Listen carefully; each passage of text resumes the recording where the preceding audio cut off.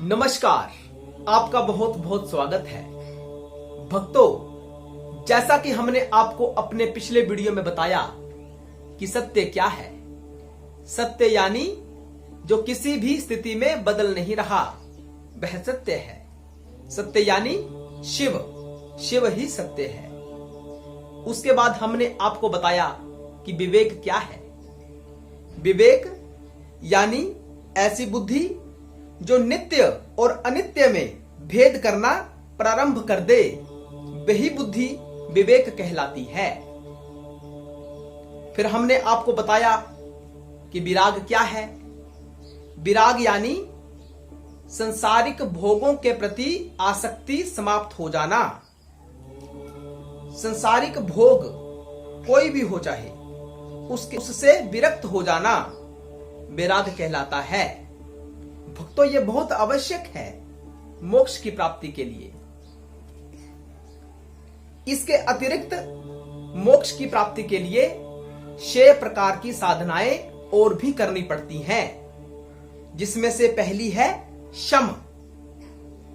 यह बहुत ही महत्वपूर्ण है भक्तों, इसको नकारा नहीं जा सकता। शम का अर्थ है मन पर नियंत्रण करना। भक्तों, सबसे पहले इस बात को जान लो कि जो हमारा यह शरीर है, यह एक यंत्र है, यह एक मशीनरी है। यह खुद काम नहीं करता। इसकी प्रेरणा का कोई अन्य साधन है, वह साधन मन है। मन जो इसको प्रेरणा देता है, शरीर उसी के अनुसार काम करता है, और जो शरीर के द्वारा काम किए जाते हैं वही कर्म कहलाते हैं।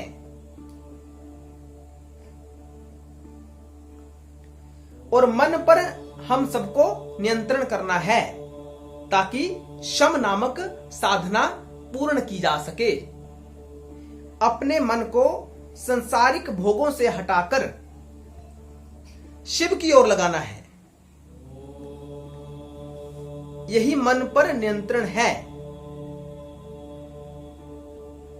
हमारे जीवन में बहुत सी बातें ऐसी होती हैं जो हमें परमार्थिक दृष्टिकोण से नहीं करनी चाहिए, लेकिन हमारा मन कहता है कि ऐसा करना चाहिए। भक्तों, संसार में सभी अच्छे और बुरे कर्म मन से ही होते हैं।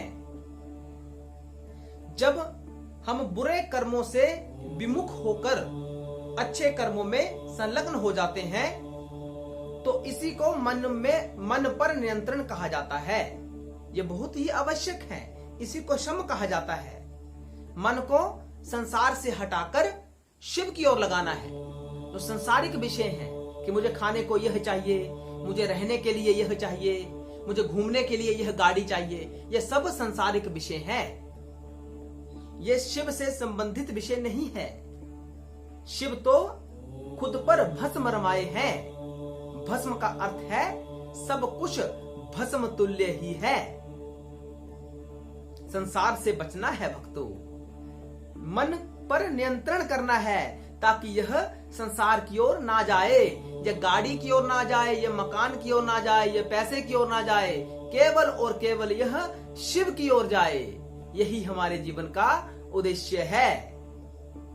अगर तो हम ऐसा कर रहे हैं तो मनुष्य जीवन हमारा कहीं ना कहीं सफल हो रहा है, अन्यथा हम असफल ही हैं। हम पहले भी असफल थे और आज भी असफल हैं। सफलता प्राप्त करने के लिए मन को नियंत्रित करके संसारिक विषय भोगों से हटाकर शिव की ओर लगाना है। अगर हम ऐसा कर रहे हैं तो बहुत अच्छा है, बहुत सात्विक है। यही सत्य है। ओम नमः शिवाय।